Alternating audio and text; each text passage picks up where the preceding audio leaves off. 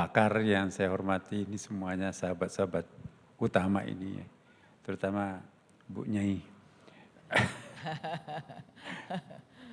Pangling ya, jadi saya kira sudah seharusnya sejak dulu juga seperti ini ya. Amin. Belum bicara aja sudah dakwah tuh kan. Apalagi udah bicara dalamannya ya.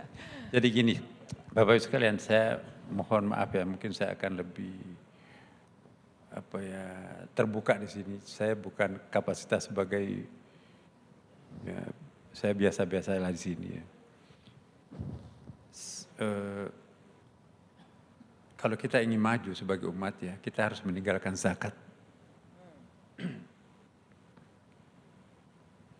Zakat itu nggak populer. Quran juga tidak terlalu mempopulerkan zakat. Pada masa Nabi zakat itu nggak populer. Pada masa sahabat juga nggak populer. Yang populer apa? As-sadaqah. Khudz min amwalihim sadaqah. Bukan dikatakan khudz min amwalihim az-zakah. Innamas sadaqatu lil fuqara wal masakin. Itu tidak dikatakan innamaz zakatu lil fuqara wal masakin. Alangkah miskinnya dan alangkah pelitnya umat Islam itu kalau pengeluaran terhadap agamanya hanya zakat. Cuma 2,5%. Bandingkan bunga mudharabah masyarakat kita itu berapa? Bisa sampai 6, bisa sampai apalagi kalau bisa sampai 9% kalau asuransi ya kan. Nah zakat cuma 2,5%. Jadi kalau pengeluaran kita hanya zakat, terlalu pelit kita. Maka itu diantara pundi-pundi ada 27 pundi-pundi yang dikelola Abu Hurairah pada waktu itu. Zakat itu tidak terlalu diaktifkan ya. Misalnya ada perempuan lapar. Rasulullah marah, kenapa? Ada perempuan sakit, iya kelaparan ya Rasulullah mungkin. Kenapa enggak dibantu? Ya kan Yahudi, marah Rasulullah. Jadi perut lapar itu enggak ada agamanya. Asal orang perutnya lapar, jangan lihat agamanya apa. Ambilkan. Nah, ada lagi gereja mangkrak. Kasihan tuh kata Rasulullah. Sudah sekian lama gerejanya orang mau beribadah nggak ada rumah ibadahnya tuh. Bantu dia. Ambilkan bukan dari zakat, bukan dari wakaf, tapi ambilkan dari hibah. Dia mendengarkan ada di tempat lain, ada juga rumah ibadah yang mangkrak. Kasihan tuh mau beribadah nggak ada rumah ibadahnya. Nabi menyurat. Saya mendengarkan ada rumah ibadah yang mangkrak, tolong dibantu bukan dari wakaf, bukan dari zakat dan wakaf, tapi ambilkan dari dana lain seperti hibah. Karena pada masa Nabi yang populer itu ada infak. Infak itu apa ya? Infak itu misalnya saya berinfak kepada bapak ibu saya. Itu enggak bapak, ibu, anak, saudara enggak boleh dikasih zakat. Jadi dia bukan asnaf. Tapi kewajiban mereka itu adalah infak. Jadi kewajiban zakat itu muncul setelah infak terlaksana. Jangan sampai nanti kita bayar zakat, tapi infaknya yang wajib untuk orang tua kita, anak kita, yang fardu ain untuk kita biaya itu. Nah, jadi itu yang paling penting. Maka itu infak, ada sedekah, ada jizyah. Jizyah itu pada waktu itu semacam pajak sekarang ini ya, perlindungan dari kabilah kecil, pertahanannya nggak punya, maka dia harus membayar jizyah terhadap orang yang punya kabilah besar. Nah itu nanti akan menjamin keamanannya. Itu konsep jizyah di situ, perlindungan dari kabilah kecil terhadap kabilah besar yang akan memangsa mereka. Nah saya nggak bisa, pelindung saya adalah kabilah Quraisy. Quraisy itu kan kabilah yang paling besar. Besar kecilnya kabilah itu kan ditentukan oleh oasis, mata air. Semakin besar mata air suatu kelompok, semakin besar kabilahnya. Nah kabilah yang paling besar di Saudi Arabia di sekitarnya melintang 3.000 kali 2.000 km persegi itu Quraisy. Karena Quraisy itu kan mata airnya adalah Zam-Zam, tidak pernah kering. Maka itu siapa memiliki Zam-Zam itu pasti akan menjadi kabilah yang paling besar. Maka itu suku Quraisy itu seperti Khadijah, itu tokoh masyarakat itu karena dia penguasa sumber ekonomi yang tidak pernah kering, ya kan? Kalau di Madinah kan ada 7 oasis di situ ya, dan 7 oasis itu semuanya dikuasai oleh Yahudi. Dan Nabi membebaskan kemudian, tapi pembebasannya pun juga kata Umar, sudah ini kan yang mau menerapkan pasal 33 kan? Nah, Nabi waktu itu jangan.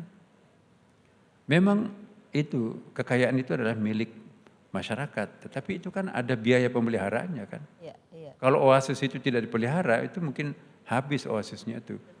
Jangan dirampas, jangan diambil, tapi berikan ganti rugi terhadap mereka. Jadi ini caranya Nabi untuk mengeksekusi sumber-sumber kekayaan alam ya. Nah menarik Pak, biasanya masyarakat ini kalau menjadi bukan kewajiban, seringkali itu yang abai. Kalau kewajiban kan 2,5% wajib gitu ya. Tapi kalau yang sedekah kan tidak, maksudnya bukan wajib dalam jumlah tertentu gitu Pak. Itu yang biasanya cenderung lebih sedikit gitu. Nah tapi paling tidak saya mau menanyakan dulu terkait dengan saat ini yang dananya cukup besar tadi Pak. Kan sebagai orang yang melakukan zakat Pak ya. Itu sejauh mana sih memang secara pemberian kepada masyarakatnya atau pertanggungjawabannya itu seperti apa Pak ya?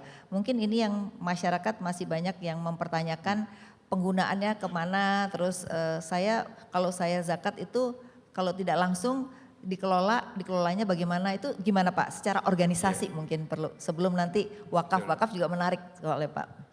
Saya sebetulnya mau ke situ, tapi ini ada yang ingin saya jelaskan dulu ya.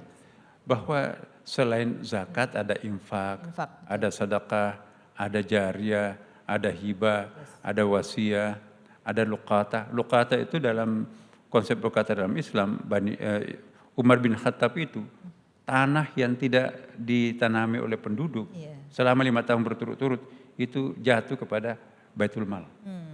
Nah, kita bisa hukum land reform ini bisa ditiru fikih Umar tuh. Di samping itu juga ada mudharabah, musyarakah, wadiah dan seterusnya kan. Ada 27 pundi-pundi itu ya. Tapi yang paling efektif itu adalah wakaf. Maka itu ketika Abu Bakar memerangi pembayar zakat, itu sebetulnya itu perlu kita pahami itu. Seringkali kita salah memahami sejarah ya. Umar memerangi, bukan memerangi pembayar zakat tidak membayar zakat. Dulu pada masa Rasulullah, zakat itu langsung diserahkan ke Baitul Mal. Tapi ketika Rasulullah wafat, orang-orang kaya itu memberikan zakat langsung ke fakir miskin. Akhirnya kas negara kosong. Jadi Abu Bakar mau belanja, ternyata pundi-pundi lainnya juga kosong. Maka itu diperangilah mereka itu, siapa yang tidak memberikan, mengeluarkan zakatnya, pengeluaran-pengeluarannya umatnya itu ke Baitul Mal, itu yang diperangi. Nah itu perlu kita tahu dulu sejarahnya dulu, bahwa Abu Bakar itu memerangi bukan karena tidak membayar zakat, dia bayar zakat tapi langsung. Nah, dan pada waktu itu hanya satu, pengelola zakat itu adalah fi'il amarnya itu, maf'ulnya itu adalah pemerintah. Khud itu kan fi'il amar, ambillah. Yang punya otoritas untuk mengambil itu adalah otoritasnya pemerintah. Nah sekarang ini kan terlalu banyak orang penerima zakat ya kan. Harusnya kalau kita mau lebih berdaya lagi, zakat itu disentralkan kepada pemerintah.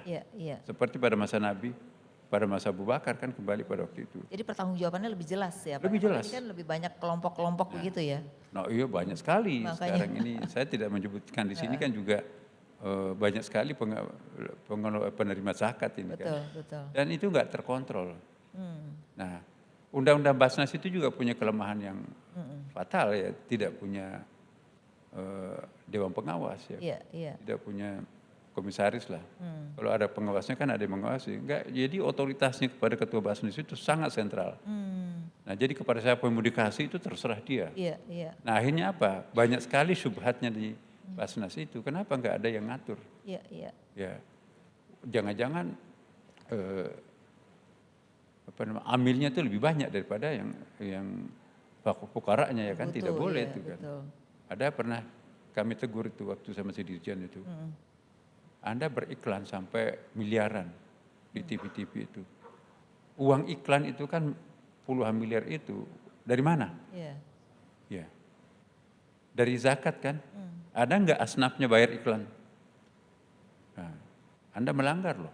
Tapi kami sudah diaudit Auditor siapa yang audit? Audit independen, Pak. Audit independen itu nggak sah tuh. Iya. Harus auditor syariah yang mengaudit berapa porsinya untuk amil, berapa porsinya fakir miskin. Iya. Apa perbedaan fuqara dan masakin. Ya kan kita harus bedakan itu, porsinya pun juga harus berbeda tuh. Nah jadi Ya. Nah ke depan apakah ada rencana Pak untuk organisasi atau perbaikan itulah, organisasi? bagus Seperti apa pertanyaan Pak? itu. Iya. Nah alangkah saya ingin sebetulnya di ke depan ini kita zakat itu jangan dianggap sebagai soko guru tunggal yang harus memberdayakan umat, enggak. Iya. Kita lihat dari Turki misalnya. Turki itu jarang sekali mengunggulkan zakat sebagai faktor untuk pemecah persoalan kemiskinan. Ya, mereka itu lebih banyak kepada wakaf. Wakaf. Ada namanya hismet itu ya. Iya. Kita mungkin yang sering keluar negeri itu tahu hismet itu 40% keuntungan itu diserahkan kepada hismet itu. Jadi itu membangun sekolah-sekolah Turki di mana-mana. Selain hismet juga ada lembaga-lembaga yang lain. Nah, kenapa? Karena ada di situ waris ya. Waris juga orang yang tidak punya ahli waris yang sah. Itu jatuh ke Baitul Mal. Luqatah ini. Saya baru dapat informasi di sejumlah bank itu ada 20 triliun dana nggak tahu kan ahli warisnya sudah meninggal kan, pemiliknya sudah meninggal. Mungkin dana suami takut ketahuan sama istrinya, akhirnya meninggal, nggak pernah ada yang lagi. Pihak bank juga tidak mau proaktif mencari siapa pemiliknya, itu kan dana murah ya kan. Mengendap aja di situ, bayangkan 20 triliun. Nah kalau dalam konsep lukata itu dalam Islam, lukata itu harus miliknya Baitul Mal ya kan. Nah saya langsung saja bahwa pundi-pundi umat yang kita perlu berdayakan ke depan ini, ya pertama adalah wakaf. Wakaf itu jauh lebih potensial daripada zakat. Daripada itu, iya. Bisa sampai 400% lebih banyak uangnya daripada pundi-pundi zakat. Karena biasanya bentuknya aset ya Pak, jadi bisa diberdayakan sebenarnya. Bisa. Di samping itu juga kalau wakaf itu kan kaku kita. Kita nggak boleh membelanjakan kepada yang tidak masuk ke asnafnya itu. Nah kita tuh memainkan basnas itu terlalu banyak menggunakan kias. Dan rukun kias itu dalam usul fikih itu kan ada syaratnya. Syurutul kias. Nah saya pernah mendiskusikan sama teman-teman. Tahu nggak apa namanya kias? Itu kias itu tidak sembarangan menganalogikan seperti itu. Kias itu ada rukunnya kias. Setelah memenuhi persyaratan kias baru kita anggap oh ini bisa dikiaskan. Misalnya ada bantuan basnas itu untuk truk. Ada rumah sakit. Yang pasti zakat itu tidak boleh diberikan kepada non-muslim. Nah siapa yang menjamin basnas tidak memberikan kepada non-muslim? Non-muslim itu adalah berikan dari hibah, dari wasiat dan seterusnya. Nah kalau kita lihat di Indonesia, saya pernah mengkalkulasi, kami rapat 4 kali dengan BPS. Pak, Ibu ya, tolong carikan angka berapa orang yang berumur 85 tahun yang berKTP Islam. Ya, 85 tahun itu kira-kira di atas 50% lah. Taruhlah 60% pasti nggak bisa berpuasa itu. Nah itu kan harus fidyah ta'amu miskin. Nah jumlahnya itu kalau kita kumpulkan fidyah itu bisa sampai 2,5 triliun. Luar biasa ya Pak. Sebenarnya besar sekali ya dana umat itu ya Pak. Belum lagi yang sakit ya kan.